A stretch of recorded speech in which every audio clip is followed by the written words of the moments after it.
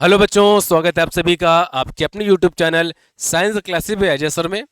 Students, आज की इस वीडियो में हम लोग डिस्कस करने वाले हैं क्लास 11th के एक इम्पॉर्टेंट टॉपिक को, जिसका बच्चों नाम है प्रिंसिपल ऑफ कंटिन्यूटी, जो कि आपकी एग्जाम्स के लिए वेरी इंपॉर्टेंट है। चाहे बच्चों आपके क्वार्टरली हो, हाफ ईयरली हो, यूनिट टेस्ट हो या एनुअल एग्जाम हो, ये बहुत ज़्यादा हर एक एग्जाम्स में पूछा जाता है। और बच्चों, ऐसे हमने कई सारे इंपॉर्टेंट टॉपिक्स इस कई सारे वीडियोस में डिस्कस किए हुए हैं। तो यदि आपने उन वीडियोस को नहीं देखा तो उन वीडियोस को ज़रूर देख लें, और जो लिंक होगा वो आपको नीचे डिस्क्रिप्शन में मिल जाएगा। वहां से क्लिक करेंगे तो आपको सीधा प्लेलिस्ट में ले जाके सारे वीडियोस वहां से आपको शो हो जाएंगे।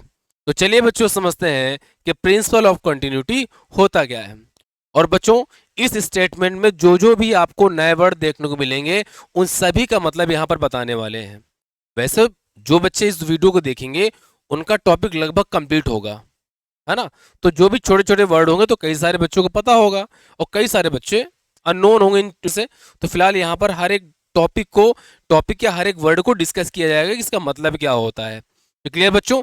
देखते हैं बच्चों क्या स्टेटमेंट में बोला गया है। When an incompressible and non viscous liquid flows in streamline motion through a tube of the non-uniform cross section, then the product of the area of cross section and the velocity of the flow is same at every point in the tube। बहुत अच्छी बात बोली है, लेकिन अब आपको समझाते हैं कि इसका मतलब क्या है। यहां पर बच्चों कुछ नए वर्ड्स आपको देखने को मिलेंगे, उसका मतलब आपको हम जरूर बताएंगे, जिससे आपको ये नहीं लगे कि सर ये तो हमें पता ही नहीं है, आपने तो बता डाला। तो ऐसा कुछ नहीं, हर एक चीज को यहाँ पर बच्चों बताने वाले हैं। सबसे पहले आपके सामने एक वर्ड आएगा इनकम्प्रेसिबल। इनकम्प्रेसिबल लिक्विड होते क्या है? ऐसा लिक्विड जिस पर प्रेशर अप्लाई किया जाए और इसकी डेंसिटी और वॉल्यूम में कोई चेंज देखने को न मिले। समझिएगा, ऐसा लिक्विड जिस पर प्रेशर अप्लाई किया जाए और इसके वॉल्यूम और डेंसिटी में कोई चेंज देखने को ना मिले, तो ऐसे लिक्विड को बच्चों हम लोग कहते हैं इनकम्प्रेसिबल लिक्विड। इसका एग्जाम्पल बहुत अच्छा है, वाटर, है ना। वाटर इसका बहुत अच्छा एग्जाम्पल है। इसके बाद बच्चों है non viscous liquid. Non viscous liquid क्या होते हैं? ऐसे लिक्विड जो थिक ना हो और इजिली फ्लो हो जाए। तो ऐसे बच्चों लिक्विड को हम लोग क्या बोलते हैं? Non viscous liquid. क्लियर हो गया ना? चलिए भाई, इसके बाद बच्चों देखते हैं एक नया वर्ड हो सकता है बच्चों को पता भी हो, स्ट्रीमलाइन मोशन। ये स्ट्रीमलाइन मोशन क्या होता है? तो एक ऐसा मोशन जो एक लाइन पर होता है ना। जैसे वाटर का फ्लो, ये लगातार किसी पाइप के एक पॉइंट से दूसरे पॉइंट तक फ्लो हो रहा है। मान लीजिए पाइप है, यहां से वाटर गया और यहां से निकल रहा है, तो ये जो अंदर आपको फ्लो देखने को मिलेगा ये कैसा होगा? स्ट्रीम लाइन मोशन होगा। क्लियर हो गया ना? तो चलिए, इसी बात को बताया गया है कि when incompressible and non viscous liquid streamline motion, जब कोई इनकम्प्रेसिबल और non viscous liquid streamline motion पे किसी ट्यूब में मूवमेंट करता है, मोशन करता है, और शर्त क्या है? ट्यूब बच्चों आपको ऐसा ट्यूब लेना है जो कि नॉन यूनिफॉर्म क्रॉस सेक्शन हो। मतलब एक ऐसा एरिया आपको यहां पर लेना है जो नॉन यूनिफॉर्म हो। जैसे बच्चों ये हमारे पास एक ट्यूब है, ट्यूब का जो इस वाले पार्ट का जो एरिया है बच्चों A1 है और इस वाले का A2 है। तो नॉन यूनिफॉर्म हो गया, मतलब इक्वल नहीं होगा। यूनिफॉर्म का मतलब होगा कि ये भी ए तो ये भी ए, लेकिन नॉन यूनिफॉर्म का मतलब होगा दोनों अलग अलग। तो बोला गया कि यहां पर जो आपको ट्यूब लेना है बच्चों, वो कैसा होना चाहिए? नॉन यूनिफॉर्म क्रॉस सेक्शन होना चाहिए। दोनों के एरिया अलग अलग होने चाहिए, एक छोटा एक बड़ा। अब अलग अलग होगा तो एक छोटा एक बड़ा कंफर्म है ना। ये बात तो बताने की आवश्यकता है नहीं। Then the product of the area of cross section and the velocity of flow is same at every point in the tube। मतलब जो एरिया होगा और जो वाटर की वेलोसिटी होगा उसका प्रोडक्ट हर एक पॉइंट पर सेम मिलेगा। एक बार समझिए थोड़ा सा अलग से, आप डायग्राम को देखोगे तो मान लीजिए एक पॉइंट ये है और दूसरा पॉइंट बच्चों ये है। तो इस पॉइंट पर देखिएगा, इस पॉइंट पर जब आप देखोगे तो इस पॉइंट पर एरिया कितना है? A1, ठीक है ना, इनटू इस पर वेलोसिटी क्या है V1। तो इन्होंने क्या बोला कि हर एक पॉइंट पर इक्वल होगा, तो इसकी वैल्यू इक्वल हो जाएगी दूसरे पार्ट पे, मतलब दूसरा जो इसका एंड पॉइंट है कौन सा, y वाला, y साइड जो है उसमें क्या है, एरिया A2 है और बच्चों वेलोसिटी क्या है 2। तो हम लोग क्या समझ लिए यहां पर कि हर एक पॉइंट पर जो एरिया ऑफ क्रॉस सेक्शन है और वेलोसिटी का जो प्रोडक्ट है वो हर एक पॉइंट पर सेम होगा। जो इस पॉइंट पर बच्चों A1 इंटू V1 है वही यहां पर भी A2 इंटू V2 होगा, मतलब ये जो वैल्यू है कैसी हो जाएगी, कांस्टेंट हो जाएगी। आए बच्चों बात समझ में, इसी बात को बताने के उसने प्रयास किया है ना। आई होप आपको समझ में आया होगा कि प्रिंसिपल ऑफ कंटिन्यूटी होता क्या है। लेकिन इसका डेरिवेशन पेपर में पूछा आता है कि कैसे हुआ, तो बच्चों इसका डेरिवेशन भी हम लोग इसी वीडियो में करने वाले हैं। तो चलिए बच्चों देखते हैं डेरिवेशन को। तो डायग्राम हमारा पुराना ही है, हमारे पास एक ट्यूब है जिसका जो क्रॉस सेक्शन एरिया है वो नॉन यूनिफॉर्म है। इसके दो साइड हैं, एक साइड है दूसरा वाई साइड है। एक साइड का जो एरिया A1 है और वाई साइड का जो एरिया है वो A2 है, ठीक है ना। एक साइड से जो वाटर अंदर इंटर करता है, वाटर या कोई भी लिक्विड हो, उसकी वेलोसिटी है V1 और जो आउट होता है वाटर, जो बाहर निकलता है उसकी वेलोसिटी है V2। क्लियर ना। A1 ग्रेटर देन A2 है, मतलब A1 जो एरिया है ग्रेटर है A2 से, ठीक है। जो बच्चों हमने यहां पर लिक्विड ले रखा है, जो लिक्विड है उसकी डेंसिटी है रो, में यहां पर बताया गया है। इसको बड़े बच्चों सज्जनता के साथ हम लोग रीड कर लेते हैं, ठीक है, किसको बुरा भी ना लगे और डेरिवेशन भी हो जाए। तो क्या बोला गया है, let us consider a liquid flowing in streamline motion through a non uniform tube XY। एक लिक्विड है जो स्ट्रीमलाइन मोशन पे मूवमेंट कर रहा है और यहां पर जिस ट्यूब के अंदर मूवमेंट कर रहा है ये लिक्विड, वो जो ट्यूब है वो नॉन यूनिफॉर्म है और नाम उसका है XY। Let A1 and A2 be the cross sectional areas of the tube, है ना, जो क्रॉस सेक्शनल एरियाज हो A1 और A2 है। And velocity V1 and V2 the velocities of flow at X and Y respectively. और जो X side में जो वेलोसिटी है लिक्विड की V1 है और दूसरे बच्चों है V2।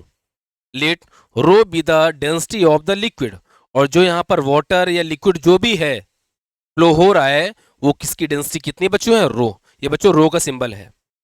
तो यहां पर क्या बताया गया है, the liquid entering the tube at X covers a distance V1 in 1 second.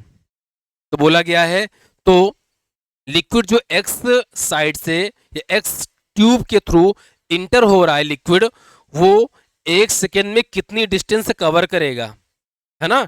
1 second में कितनी डिस्टेंस कवर कर रहा है बच्चों, V1। तो कुछ बच्चों को समझ में आएगा सर ये कैसे हो गया। आपने बताया कि जो जो वाट या जो लिक्विड है वो 1 सेकेंड में डिस्टेंस V1 मतलब तो बच्चों हो जाएगा वेलोसिटी। तो ये मामला कैसा है, समझिए क्या मामला है, देखते हैं बच्चों। वेलोसिटी इक्वल होता क्या है, डिस्टेंस अपॉन टाइम, होता है कि नहीं होता। वेलोसिटी चलिए बच्चों कितनी है, V1 है X साइड पे, डिस्टेंस D ठीक है, टाइम यहां पर कितने लेना है आपको, 1 सेकेंड। तो यहां पर बच्चों 1 हो जाएगा। तो क्या निकल कर आया बच्चों, D इक्वल V1 निकल के आया ना। तो क्या पता चल गया बच्चों कि 1 सेकेंड में जो डिस्टेंस कवर करेगा वही वेलोसिटी होती है, वही तो वेलोसिटी है ना। तो जब 1 सेकेंड में जो भी डिस्टेंस होती है ना, ऐसे केस में डिस्टेंस और वेलोसिटी सेम हो जाती है। इसीलिए बच्चे यहां पर बोला गया कि एक साइड में जो 1 सेकेंड में लिक्विड डिस्टेंस कवर करेगा V1 होगा। The volume of the liquid entering at the end in 1 second. तो बताइए यहाँ पे जो वॉल्यूम यहाँ पर इंटर करेगा उसकी वैल्यू क्या होगी। तो वॉल्यूम बच्चों देखिए, वॉल्यूम इक्वल हो जाएगा 1 सेकेंड में, वॉल्यूम इक्वल बच्चों होता है एरिया इंटू डिस्टेंस। अब कहोगे सर हमें तो समझ में नहीं आया कि एरिया इंटू डिस्टेंस कैसे आ गया, समझाते हैं। हमने बताया कि कोई पॉइंट आपका छूटेगा नहीं, इसकी गारंटी हम आपको देते हैं। कोई भी पॉइंट आपका छूटेगा नहीं, ये हमारी गारंटी है। हर एक पॉइंट आपको यहां पर समझाने वाले हैं, है ना। जिस बच्चे ने इस चैप्टर को पढ़ा नहीं होगा उसको भी चीजें समझ में आएंगी, इसकी हम गारंटी आपको देते हैं। अब एरिया इंटू वी वन कैसे हो गया, तो बच्चों वॉल्यूम इक्वल क्या होता है, L into B into H. Clear. तो एल इंटू बी तो हो जाता है बच्चों एरिया, ठीक है ना। और एरिया के साथ यदि आप किसी भी डायमेंशन का मल्टीप्लाई कर देते हो तो कोई दिक्कत नहीं है, वॉल्यूम बन जाएगा। तो डिस्टेंस यहाँ पर या कोई भी डायमेंशन यहाँ पर h है, उसी प्रकार यहाँ पर एक डायमेंशन क्या है, डिस्टेंस। तो area into distance equal volume. समझ में आया ना कि लेंथ इंटू ब्रेथ की जगह पर बच्चों ए आ जाता है। क्लियर ना। तो वॉल्यूम बच्चों इतना हो जाएगा। आगे बच्चों बोला गया है mass of the liquid entering and the end X in 1 second. अब कह रहा मास की वैल्यू बताइए, मास कितना इंटर करेगा उसको भी समझ लीजिए। डेंसिटी इक्वल बच्चों क्या होता है, mass upon volume. Density equal क्या होता है बच्चों, मास अपॉन वॉल्यूम। यदि यहां से बच्चों मास की वैल्यू निकालेंगे तो क्या आ जाएगा, rho into V, density into volume. Clear ना बच्चों। तो यहां पर देखिए यदि निकाले हम लोग, हमें क्या निकालना है, मास निकालना है, एम की वैल्यू। तो एम कितना निकल के आ जाएगा, रो इंटू वी।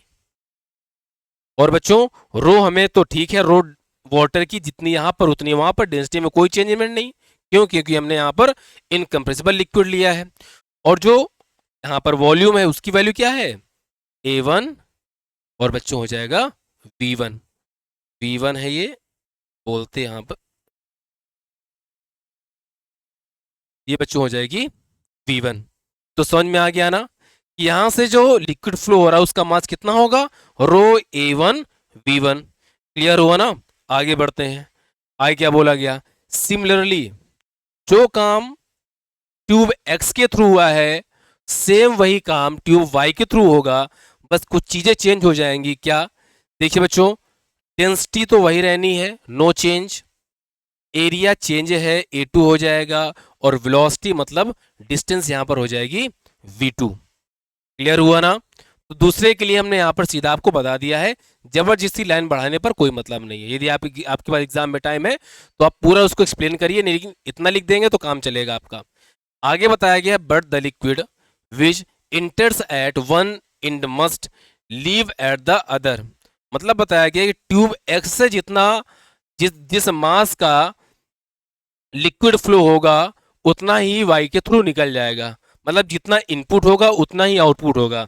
और ये बात तो कंफर्म है।